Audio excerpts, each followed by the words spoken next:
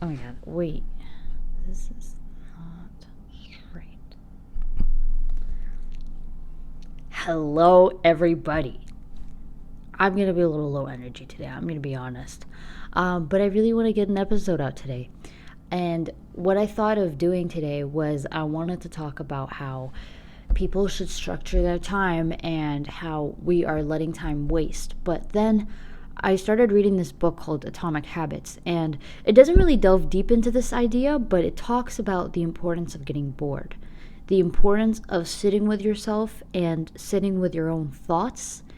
And it's something that we take for granted today because we get so easily distracted, so easily intertwined, and just deep into this world of social media and the screen and entertainment in general. It's just everywhere all the time, and it's almost like we cannot avoid it at this point. So I wanted to go over the tech addiction first. There is this prevalent, I wouldn't say epidemic, but there's like this prevalent phenomenon of all of us being literally attached to our screens. Like, we are no longer using our phone for something utilitarian, for something beneficial, something straight to the chase, straight to the cut. It's like we use it when we don't know what to do, you know? And it's this idea that we have this, like, almost dependency that we can't cut on social media, on our phones. You know, when I talk about phones, it's not just like social media. It's about how we use our phones for gaming, how we use it to just mindlessly scroll, to use it to like look at things for no reason.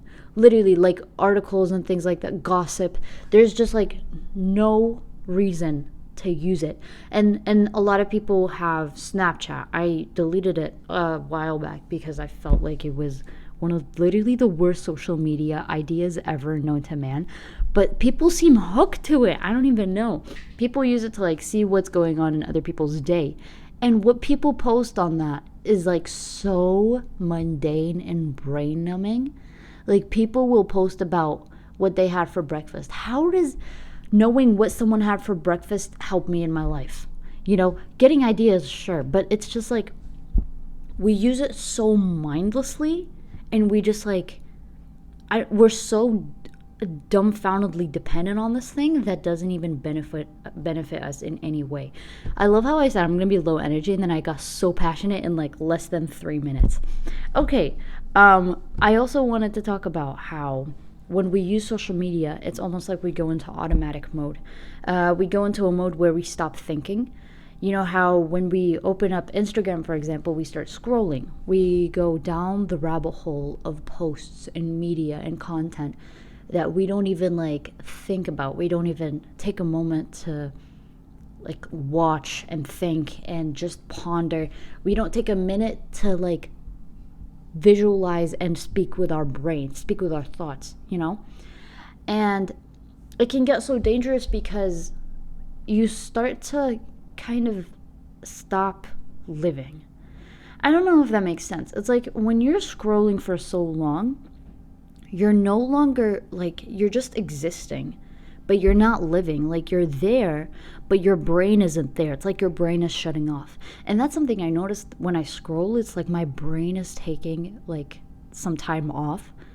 Literally, my brain goes into automatic mode. It just switches off, and I'm just absorbing all of this content, you know, for a long amount of time. And it's like, it's numbing in a sense. It's where I see it so much with so many people, and it's honestly saddening that this is how we're using our time, you know. And this is why I really wanted to make this video today, honestly, mostly out of passion than to you know, to warn people or anything like that, but mostly because I see it having taken place in my life and in the place of my loved ones. So I just don't want it to be in yours and your loved ones. You know, this sense of we can't be bored anymore. We're just constantly stimulated. There's this thing called supernormal stimuli, and it's where it's like this exaggerated version of a stimulus. You know how in real life you see things in like small and slow increments. Like if you see a horse walking, it's just a horse walking. But this supernormal stimulus, it's like this horse from every angle, and this horse and its close-ups and its wide shots, and like imagine like a feed of horses. It's like that's a lot to take in. Your brain can barely process all of that. But in real life, it's like things come at a normal, slow pace and rate, which is how it's supposed to happen. But social media has made it so that supernormal stimuli is our normal stimuli. It's starting to become the stimuli that we are more accustomed to, and that if we don't have, we will feel bored. We will feel not stimulated enough. So like problems of supernormal stimuli are like junk food, TV, corn. I don't want to say with a P, but with corn, okay. What's it called? Also, social media, the internet, all of these things that are like a hyper exaggerated version of reality. So for example, when you see a bag of chips and when you see a tomato, which one makes your brain light up more? The bag of chips, the Lay's, the salt and vinegar. I had one yesterday. That's not a good thing to say after saying that it's bad, but it's like it lights up different areas in your brain, and it excites your brain a lot more than just seeing a tomato. That's something to watch out for, and that's something to keep in mind for when you see yourself having like a high dopamine release when you see something or when you feel something. That's basically what's happening, is that this hyper exaggerated version of something is making you anticipate more, and it actually makes your reaction a little more exaggerated. It makes the way you respond to something more exaggerated. There was actually this study with a goose. I read this the other day. A goose naturally looks at its eggs and takes it back to its nest. Like that's something they are programmed to do, intrinsically. If it sees one of its eggs outside of its nest, it's going to take all of its power to bring it back to its nest. And they did this study where they introduced bigger eggs to the goose. At some point, they started introducing not even bigger eggs, like volleyballs, and they started introducing just like really round shapes, really big round balls. I don't know, not balls, shapes, okay?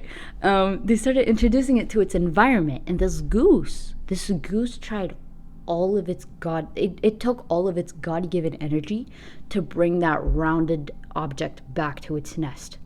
Because that's what it is. That's what supernormal stimuli is that it's going to try its hardest to kind of, it's kind of hard to explain, life with this example, but I mean, we are similar to animals. We already have this programmed instincts within ourselves, but it's like this goose tried with all of its might to bring this volleyball back to its nest because they thought it was a bigger egg, therefore it has bigger importance to them, which is so weird, but we actually do that in our lives as well. Like when we see something on social media that's of a hyper exaggerated version, we will react in a more exaggerated way, if that makes sense. And especially with posts, I don't know if this is really similar, but it kind of bridges into the same idea, which is when we scroll for so long, we go through a mixture of so many emotions, and not just emotions, but like really heavy emotions for each post. So like we will see a sad post and it will be really sad. It will be depressing, like someone lost a loved one or something like that, and we'll start crying. And then the post after that will be about like just the funniest thing known to man. It would be like comedic saying something, like saying the punchline on their show, something like that, and it will be like hilarious. So it's like we are literally experiencing these insane extremas of these emotions within a minute, both of them within a minute. Do you know how not normal that is? Do you know how absolutely not normal that is? Like, we have evolved as human beings, yes, to develop in that way, but not in that sense, not to that degree where we experience extremas within a minute. That's not normal. And speaking about staying with your own ideas and kind of having like I don't know how to call it, like a stable wave of emotion. There was this study where students were put in a room and they would either get electrocuted or be alone with their thoughts.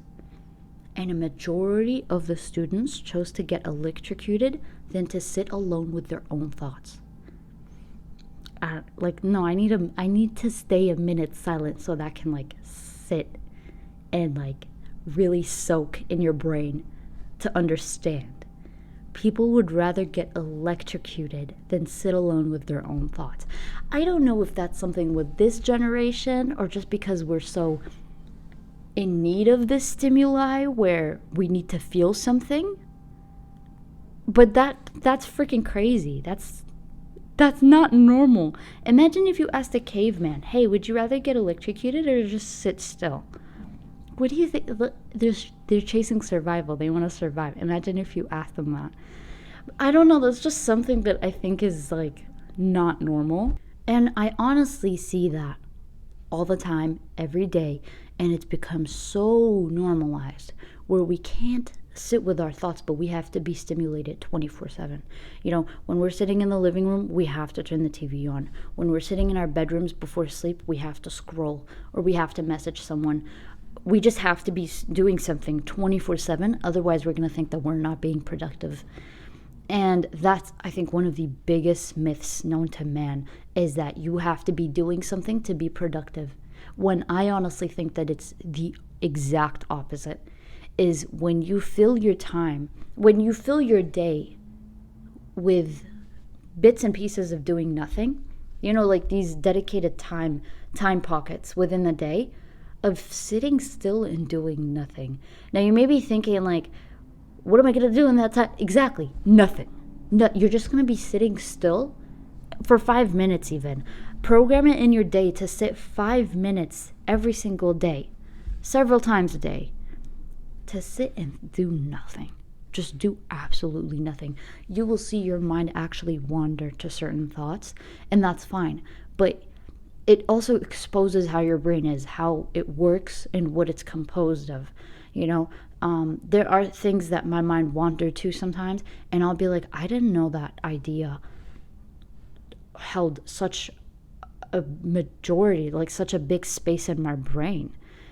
I'll be thinking about a certain thing that I don't really want to think about. It's not for me to think about. And I'll be like, why does my brain have this idea? And why does it have such a large dedicated space just for that idea? It will expose you in the worst way possible too. You'll notice your mind wandering to certain places that you don't want it to wander to.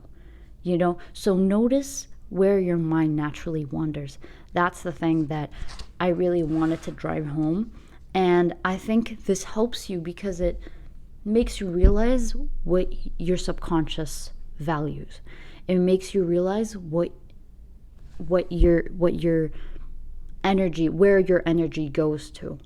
So maybe you think about a certain specific person, and that's actually very, very common, but we don't talk about that at all. When you're thinking about a specific person, and then you realize throughout the day, when you're doing basic, regular activities, your mind will wander to that person.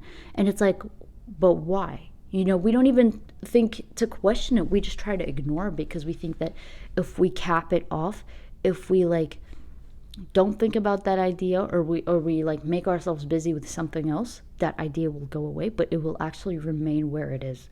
And it will, unless you face it, it will stay there. It will have that dedicated brain space for that specific person. So sitting for 5 minutes, even 10, 15, the longer the better, I think, honestly, because it's we're almost introducing ourselves to our brains.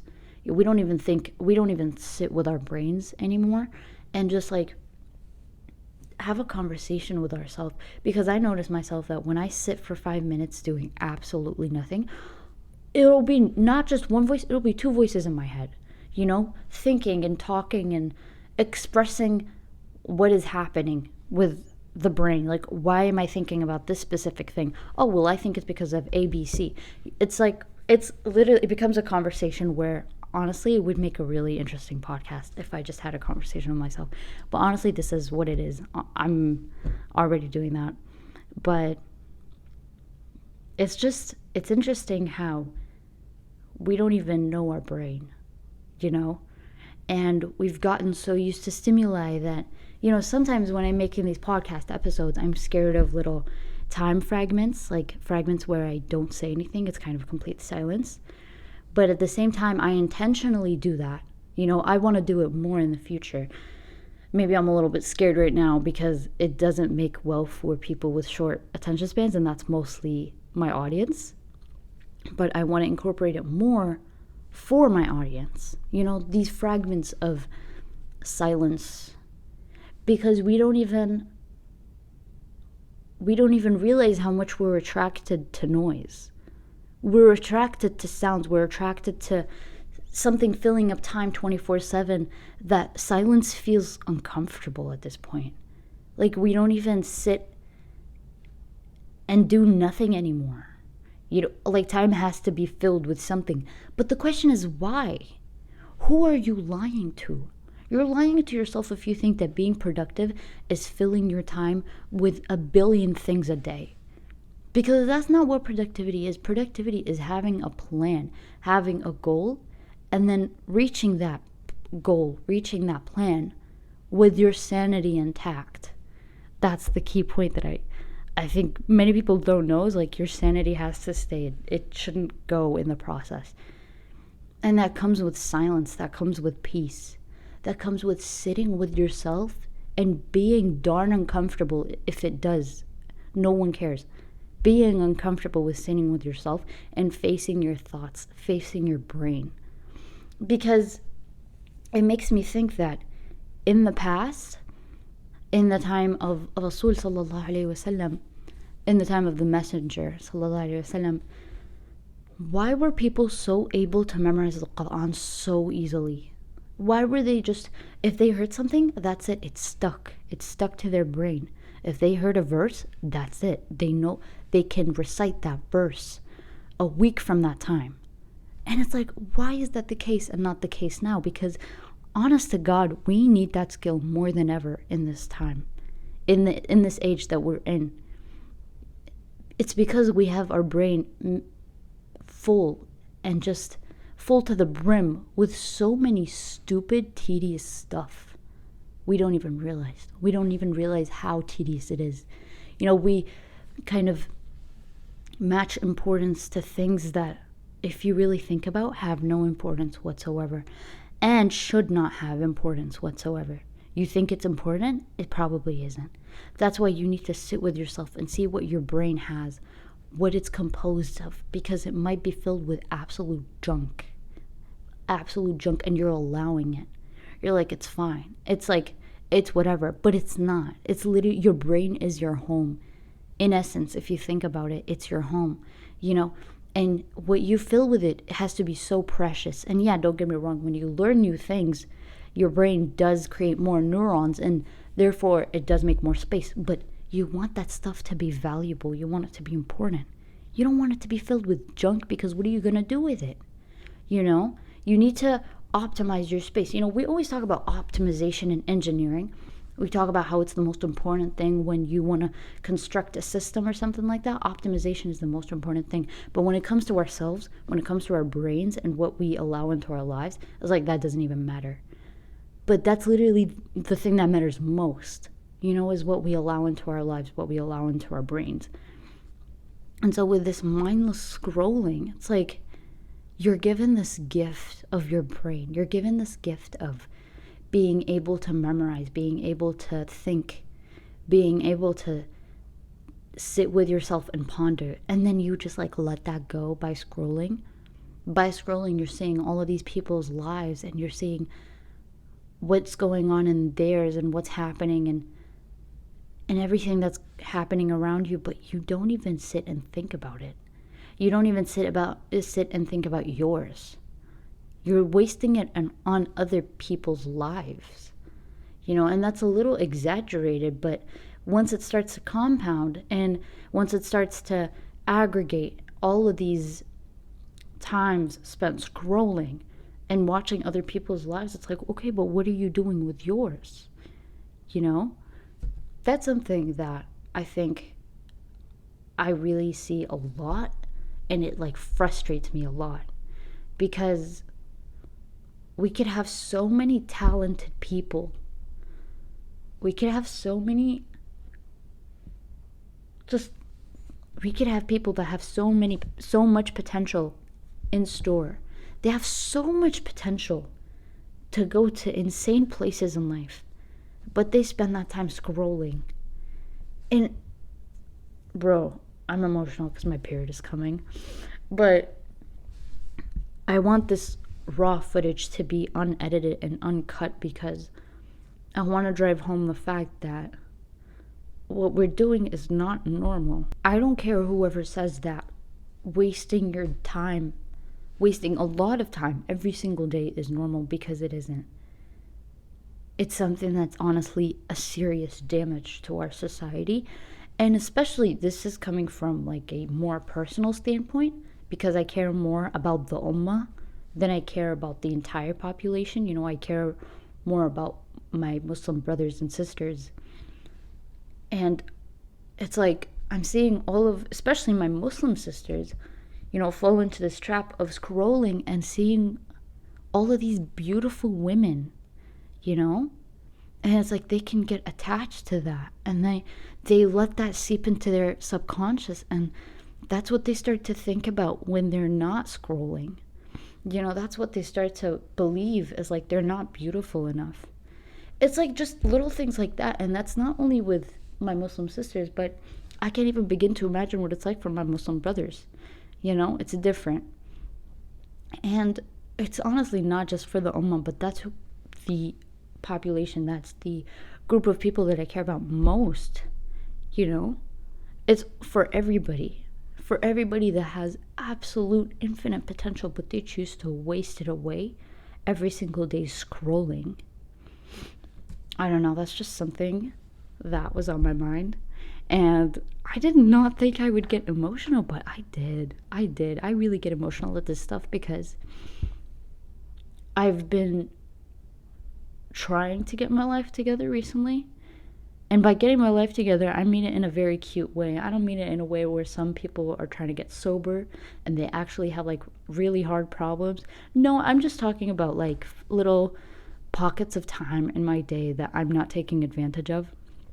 From that standpoint, like I'm honestly blessed in what I have, and on the things that I'm already doing. I like am grateful every single day, but I realize there are these pockets of time where I could be using them for something extremely beneficial.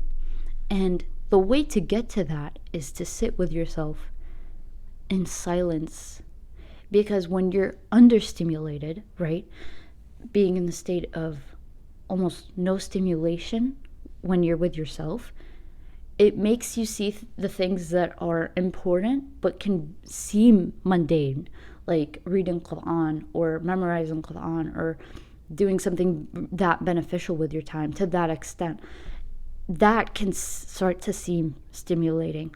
Does that make sense? So when you cut the overstimulation, which is social media, you start to see the things that are important as having some stimuli and some benefit to you, and you start actually anticipating that. That starts to make you release healthy amounts of dopamine, you know, whereas social media kind of abuses your dopamine releases. Honest to God, it abuses your brain chemistry, because there's just so much going on, you don't even know where to look. You don't know what's happening most of the time, and that can seem terrifying when you're trying to get in control of your life. And that's something that I see all the time. And people think that scrolling is like a normal activity when it's eating away at your life and you don't even know it. It's eating away at those time pockets that you can be spending with much more beneficial things. And especially my ummah. I know I'm a little biased, but especially my ummah. I want you to be filling your time with something good for you. Something that feeds your soul. Something that doesn't make you want something. It makes you content with what you already have. And that doesn't even have to be something from the dean. It can be anything, like a skill, like advancing a certain skill. But to be with yourself and advancing these skills, the confidence that it gives you, the amount of gratitude that it gives you for the things that you've done throughout the day, it just makes you in a much better state of mind. I talk about the state of mind. I talked about it in a different video, where most times, we're in the state of wanting. When we see people, when we see things all the time that we don't have, we're always in the state of wanting. Like, I want this, I want that. People have this, I want that. It's shifting your life from a state of want to a state of being, to a state of thanking, to a state of gratitude. Being so happy and grateful with the things that you already have in your life, because you have everything that you need. Hopefully all of my viewers have all their needs met, because we need to be able to differentiate between needs and luxuries. And if you already have all of your needs met, I don't mean to sound like a mom where it's like you already have a roof over your head and everything, but they're not wrong. I'll be honest, they're not wrong. They have a point. Because the older you get, the more you realize there's so little that you need in life to do amazing, great things. You don't need that much, And I really hope that what I said today touches people. It at least makes them change something in their lives, because when I sat and thought about it, I wanted it to be a little more, I wanted to be less emotional. That's something. But I also wanted it to reach people's hearts, especially because this message, if you realize it, understand it, and know the value of it, it has to change your life. It has to, in some way, shape, or another. It has to make you realize that you have time pockets in your day that you're not taking advantage of. And when I say time pockets, I don't mean like using them to do something. Sometimes use it to do nothing, and that's even more beneficial than doing something. So try to incorporate that in your day, and I promise there will be a lot more clear things happening in your life. Your life will be a lot clearer, and everything will just fall into place. It'll be like your life will start to incorporate harmony into itself, and just spend that time in silence and be thankful. Use it for something, but spend it in silence. Spend it thinking about the things that you already have. Spend it knowing that you're blessed, knowing that you already have everything that you need. Because I really think that once we all start to incorporate this thing into our lives, we will just all have a much better mindset to start things and to reach our full potential. That's just a step in the right direction. I hope that today's episode was helpful to you. I apologize for crying. My period is coming. You know what? I don't apologize. But I do a little, because I look messed up when I cry. I look like I took heroin. I'm sorry. That was uncalled for. But I really hope that today's episode was helpful, and that you actually implement this into your life and not just listen to it and do whatever. And if you scroll after this, you're honestly a psychopath. I have no other words, really. Anyway, have an amazing day, and I will see you in the next episode. Bye-bye.